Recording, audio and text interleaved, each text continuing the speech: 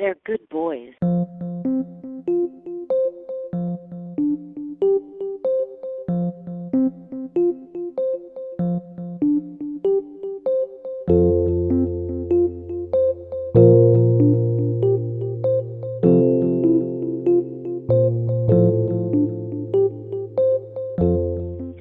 They're good boys, but that doesn't mean I owe them squat.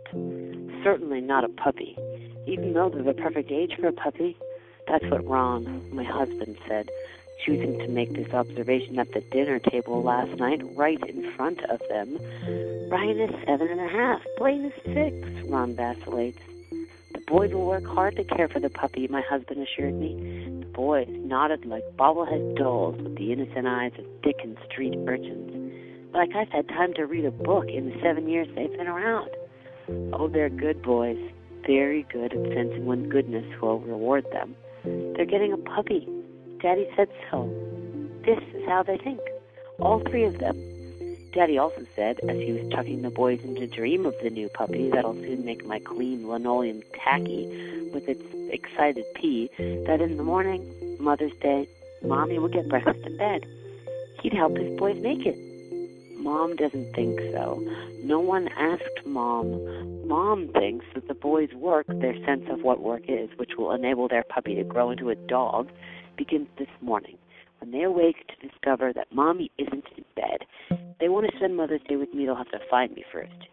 Here, in the basement, under the beanbag chairs, we own a pair of them, one for each of the boys, deep red vinyl, like shimmering drops of giant's blood. They press me gently to the floor behind the television with a weight that makes my lower back feel good. The bags yield to my head, torso, and curled legs, cupping me. The vinyl dampens with my breath. The floorboards creak 2 stories above my son's room, and the sound travels through the skeleton of our home. I hear their good boy feet padding down the hallway, and then a pause at our bedroom door, behind which Ron sleeps in briefs and a grayish t-shirt.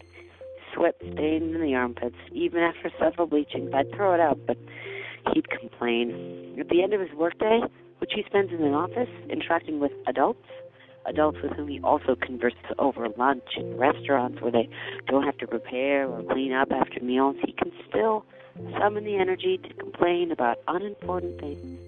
The way twilight yard work interferes with the men's league softball practice, which usually leads him to Hooters and then into bed smelling of beer and chicken wings.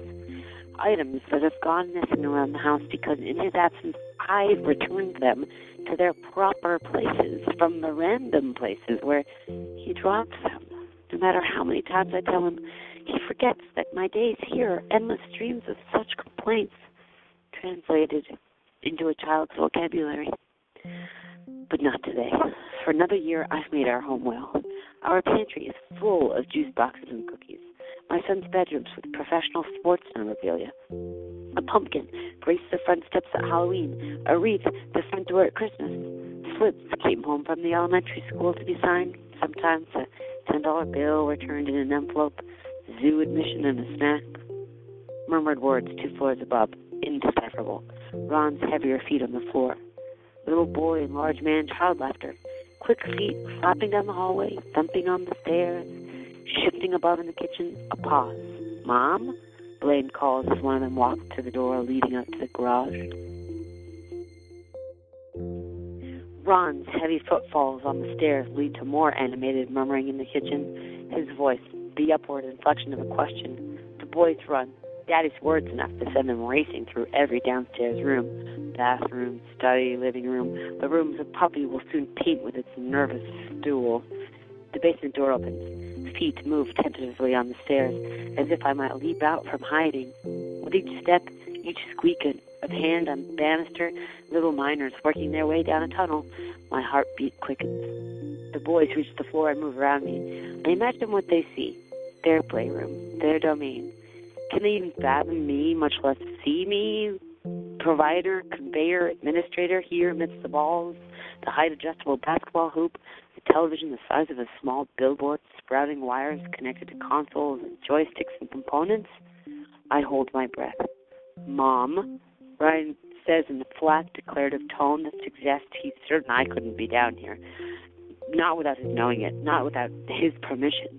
Where is she? Blaine whines. For what does my baby whine? Today isn't Christmas or Easter or anyone's birthday. There are no presents for him that my absence has delayed his opening. The coffee grinder gnashes above.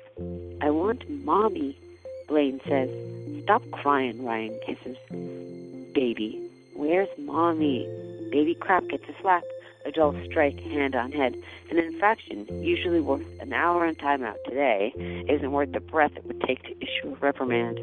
Retreating feet, the faint, high-pitched whine of a full-on cry working its way up the little one's chest.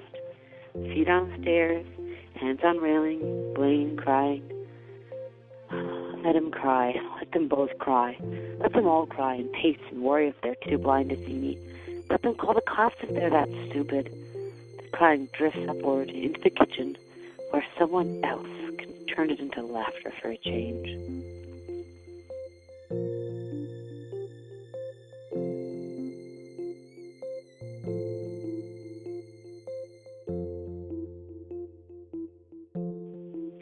They're good boys.